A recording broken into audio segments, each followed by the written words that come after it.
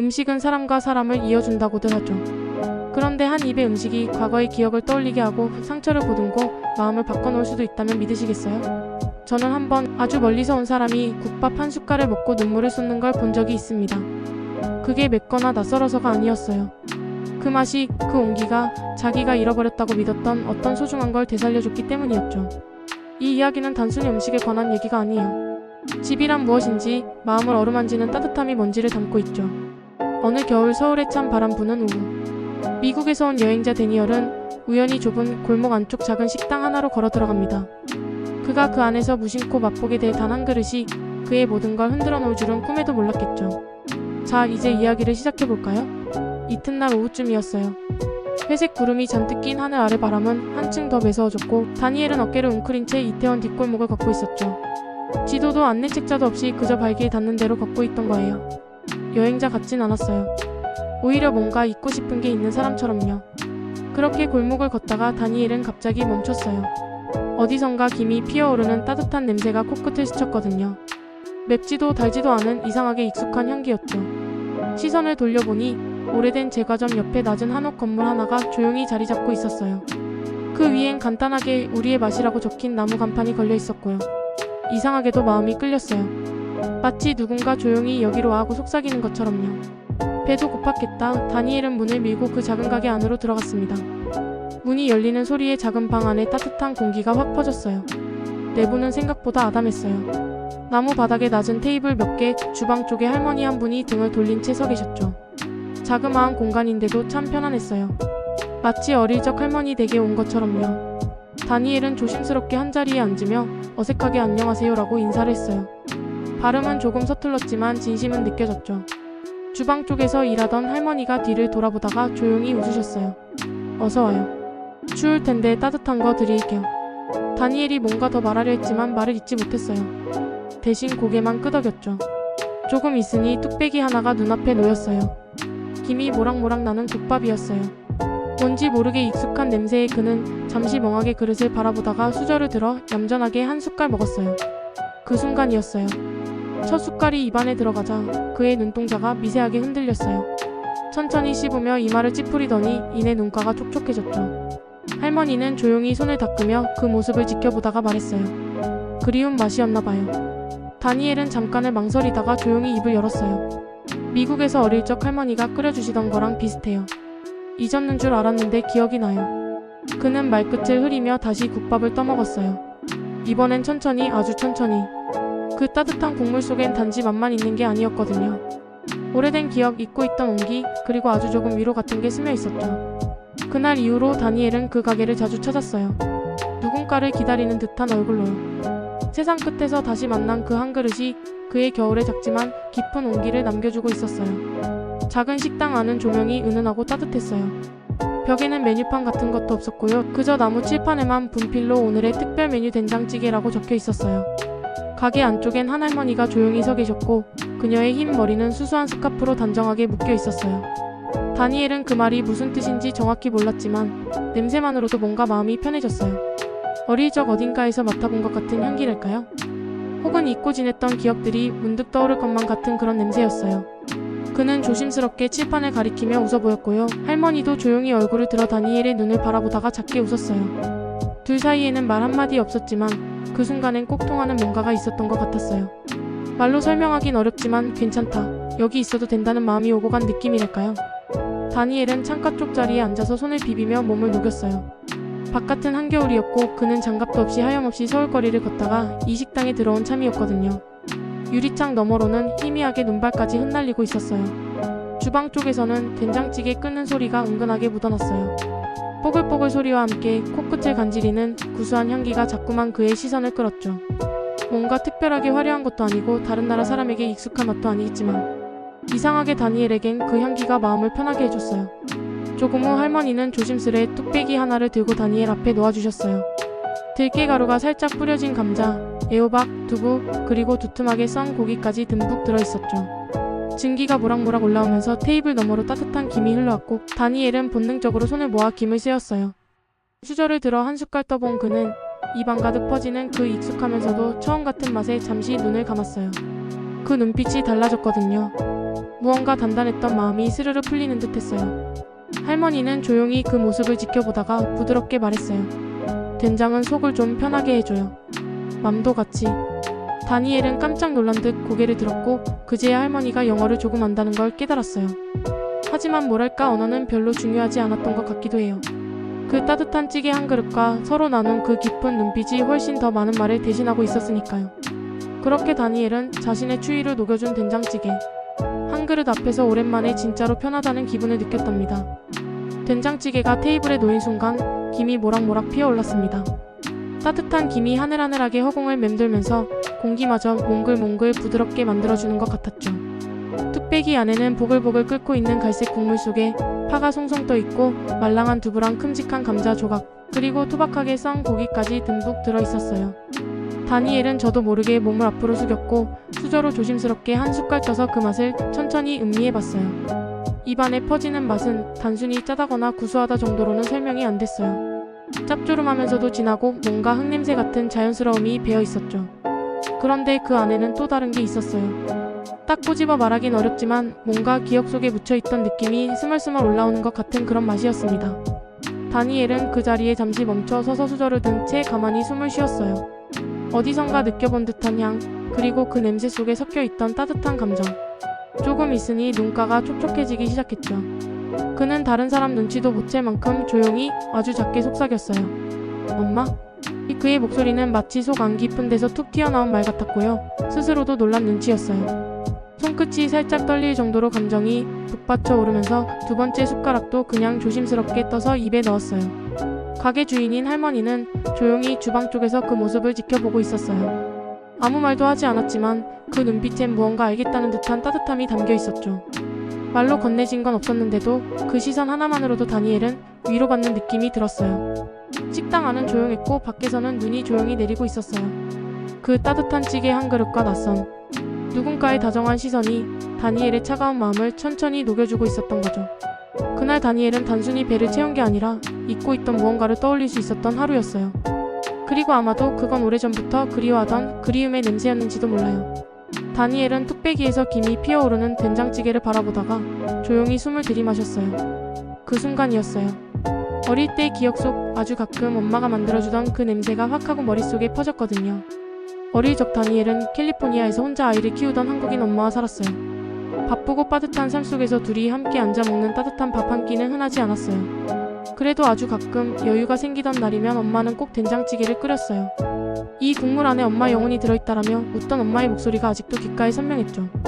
그 말이 농담 같으면서도 딱히 웃을 수 없었던 건 그 국물 속에는 정말 말로 표현하기 어려운 무언가가 있었기 때문이었어요. 엄마의 손길, 엄마가 살았던 부산 바닷바람, 그리고 다니엘을 위한 마음까지 그 따뜻한 찌개 한 그릇 안에 다 담겨 있었던 거죠. 하지만 엄마는 갑작스럽게 떠났어요. 차 사고였어요. 너무나 벼랑간 찾아왔고 너무 무섭게 모든 걸 앗아갔죠. 그날 이후로 다니엘은 된장찌개는 물론 엄마가 들려주던 어린 시절, 이야기도 잘 알지 못했던 한국 자장가도 전부 잃어버렸다고 생각했어요. 그렇게 시간이 지나 세계 어느 도시보다 차갑게 느껴지던 오늘, 다니엘은 우연히 작은 골목 식당을 찾았어요. 별 생각 없이 들어선 곳이었는데 그 찌개가 눈앞에 놓이고 첫 숟갈을 뜨는 순간 마음속에 무언가가 탁 하고 열리는 느낌이 들었어요. 이 맛 엄마가 해주던 그 맛인데. 다니엘은 식당 안에서 조용히 앉아 있었는데 눈가가 어느새 촉촉해졌어요. 혼잣말처럼 아주 작게 말했죠. 엄마? 자신도 몰랐어요. 그 말이 튀어나올 줄은. 숨을 고르며 두 번째 숟갈을 천천히 입에 넣었고 눈을 감은 채 음식을 느껴봤어요. 그 국물 안엔 잃어버린 시간이 들어있었고 기억 속에서 희미해졌던 엄마가 조금씩 다가오고 있었어요. 주방 쪽에서 조용히 일하던 할머니가 슬쩍 다니엘 쪽을 바라보셨어요. 아무 말도 없었지만 그 눈빛은 어딘가 따뜻했어요. 꼭 무언가 다 알고 있다는 듯한 그런 느낌이었죠. 다니엘은 할머니와 눈이 마주쳤지만 말 대신 살짝 고개만 끄덕였어요. 그걸로 충분했어요. 밖에서는 눈이 살랑살랑 내리고 있었고 식당 안엔 소박한 따뜻함이 가득했어요. 다니엘은 그날 단순히 배를 채우러 온 게 아니었어요. 그보다 더 깊고 오래된 따뜻함을 다시 만나러 온 거였죠. 어쩌면 예전보다도 더 또렷하게 엄마가 곁에 있다고 느낀 순간이었어요. 식당 주인 할머니는 조용히 다니엘에게 다가와서 보리차 한 잔을 살짝 그의 앞에 내려놓으셨어요. 마치 바람 한 줄기처럼 조용하고 자연스럽게요. 그리고는 다니엘을 보며 조용히 물으셨어요. 처음 아니죠? 그 말투엔 확신 같은 게 느껴졌어요. 꼭 그 맛을 알고 있다는 눈빛이었죠. 다니엘은 잠깐 시선을 들었다가 눈앞 보리차에 다시 시선을 떨궜어요. 눈동자가 살짝 흔들렸지만 목소리는 담담했어요. 잘 모르겠어요. 근데 이상하게 익숙해요. 집 같은 느낌이에요. 할머니는 살짝 미소 지으시더니 말없이 다니엘 어깨에 손을 톡톡 두드리셨어요. 따뜻한 손끝이었어요. 그리고는 다시 조용히 부엌 쪽으로 걸어가셨어요. 마치 아무 일도 없었다는 듯이요. 그 순간 다니엘은 슬며시 숨을 들이쉬었어요. 된장찌개 냄새에 찌개 속 애호박과 두부, 버섯, 파가 부드럽게 끓고 있는 소리가 귓가를 맴돌았죠. 바깥은 아직도 눈발이 조금씩 내리고 있었고 식당 안은 유독 따뜻하게 느껴졌어요. 이건 그냥 음식이 아니네. 다니엘의 마음속엔 아주 오래전에 잊어서 기억도 나지 않았던 감정이 스르르 스며들기 시작했어요. 어릴 적 엄마가 해주시던 목소리, 부엌에서 분주하게 냄비, 뚜껑을 여닫던 소리, 조그만 테이블에 나란히 앉아 서로 눈 맞추고 웃던 기억들. 다 잊은 줄 알았는데 그 된장찌개 한 술로 다 되살아나는 거였어요. 그날 다니엘은 단순히 배가 고파서 식당에 들어온 줄 알았어요. 하지만 나올 때쯤엔 알게 됐죠. 그는 무언가를 찾고 있었어요. 정확히 뭐라고 말하긴 어렵지만 무언가 그리운걸요. 그리고 그걸 이곳에서, 이 식당에서, 이 따뜻한 찌개의 국물 속에서 찾게 된 거였어요. 엄마는 이제 곁에 없지만 그 마음과 사랑은 여전히 살아있었던 거예요. 그게 바로 오늘 이 낯선 골목 식당에서 다니엘이 다시 만난 소중한 연결고리였어요. 찌개가 식을까봐 다시 한 숟갈 떠본 그는 더는 슬프지 않았어요. 오히려 마음 깊은 곳이 천천히 따뜻해지고 있었죠. 다니엘이 식당을 나서기 직전이었어요.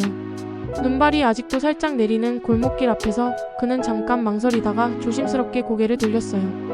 할머니, 혹시 된장찌개 레시피 좀 알 수 있을까요? 서툰 한국어였지만 정성껏 말하려 애쓰는 모습이 엿보였어요. 하지만 할머니는 영어도 다니엘의 말도 잘 이해하지 못하셨죠. 근데도 그 눈빛만큼은 읽으신 듯 했어요. 말 대신 할머니는 안쪽 주방으로 들어가더니 작은 노트 하나를 꺼내 오셨어요. 작고 낡은 노트였어요. 표지는 조금 찢어졌고 여기저기 음식 국물 자국도 남아 있었어요. 할머니는 그걸 말없이 다니엘 손에 쥐어주셨어요. 이거 괜찮아요? 다니엘이 눈을 동그랗게 뜨고 물었지만 할머니는 웃으시며 손사래를 치셨어요. 가져가요. 보면서 해보고 맛있게 먹어요. 그 말투엔 어떤 정이 묻어 있었어요. 마치 오랜 친구에게 건네는 말처럼요. 다니엘은 그 자리에 선 채로 한참 동안 노트를 바라봤어요. 안에는 손글씨로 적은 레시피가 가득했고 페이지 구석구석엔 조그맣게 그린 수채화 그림들이 있었어요.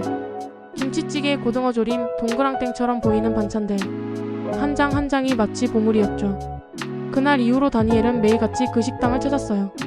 처음엔 그냥 된장찌개 생각이 나서였어요. 그런데 어느샌가 김치찌개도 맛보고 싶었고 그 다음엔 고등어조림, 또 달달한 전도 먹어보고 싶더래요. 말이 잘 안 통해도 눈빛과 웃음 한 번이면 충분했어요. 식당 안에는 늘 같은 사람들이 있었어요. 점심시간만 되면 동네 아주머니들이 3, 4모 모여 수다를 떨고 근처 학원 선생님도 혼자 들어와 조용히 밥을 먹고 가셨어요. 다니엘은 그런 일상에 서서히 익숙해졌죠. 그런 공간 속에서 자신도 조금씩 섞여가는 느낌이 들었어요. 말은 많이 못했지만 사람들과 눈 마주치며 인사도 하고 생선구이를 먹다 뜨거워서 입을 식히는 모습에 모두 목소리 내웃곤 했으니까요. 레시피 노트는 밤마다 펼쳐보곤 했어요. 한글은 잘 못 읽지만 그림과 순서대로 적힌 글씨를 보면서 하나하나 해석해보는 재미가 있었어요. 한국에서 며칠밖에 못 지낼 줄 알았던 다니엘은 그렇게 매일 골목 끝 식당에 가서 추억을 하나씩 쌓아갔어요. 그곳은 더 이상 낯선 나라의 밥집이 아니었어요. 다니엘에게는 마음이 따뜻해지는 집 같은 공간이 되어가고 있었어요. 음식만 맛있는 게 아니라 그 안에 담긴 마음이, 사람들의 조용한 배려와 따뜻함이 그의 마음속 어딘가를 천천히 달래주고 있었던 거죠.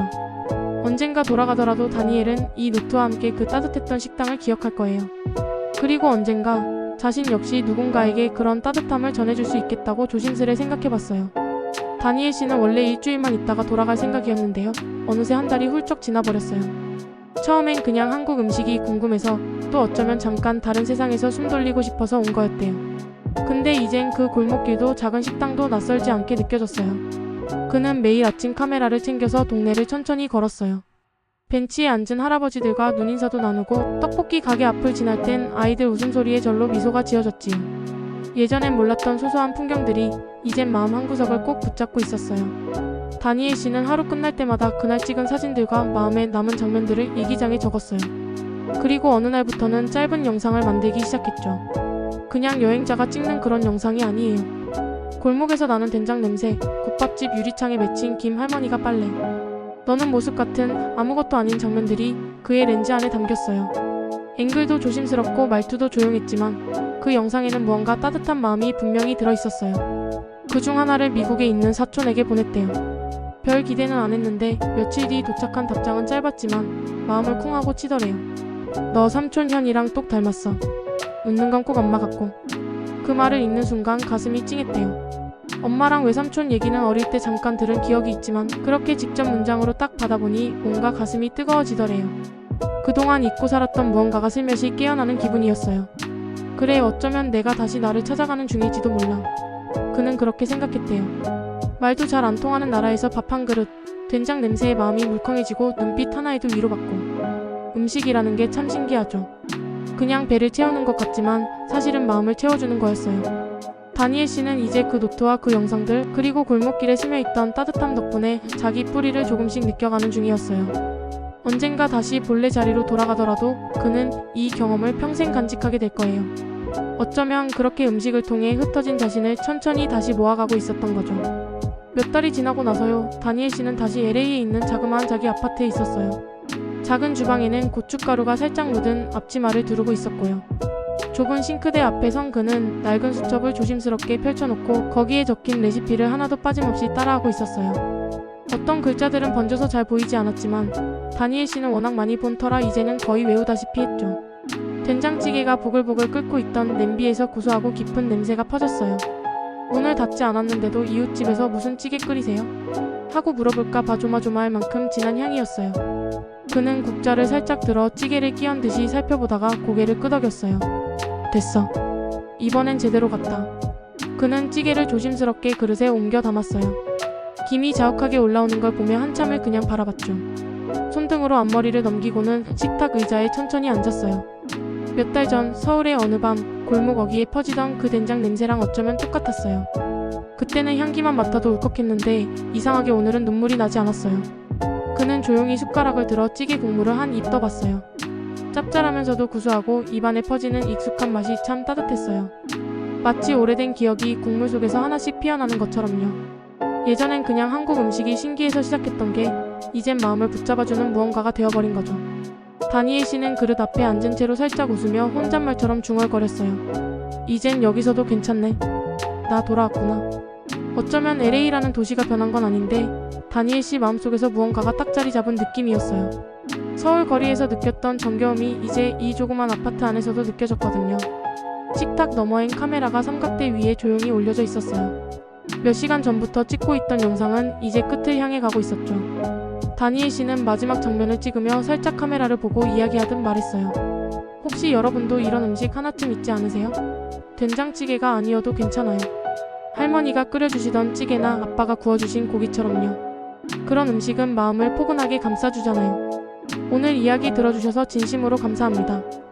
조금이라도 마음에 따뜻함이 전해졌다면 좋아요랑 구독 눌러주세요. 다음 이야기에서도 또 봐요. 감사합니다. 영상은 거기서 잔잔하게 끝났고 다니엘 씨는 카메라를 내린 뒤 찌개를 다시 한번 입에 넣었어요. 그리고는 조용히 그러나 분명하게 미소를 지었어요. 다시 떠올리면 눈물이 날 줄 알았던 기억들이 이제는 살아가는 힘이 되어주고 있었거든요. 그는 그렇게 진짜 집에서 첫 끼를 먹고 있었어요.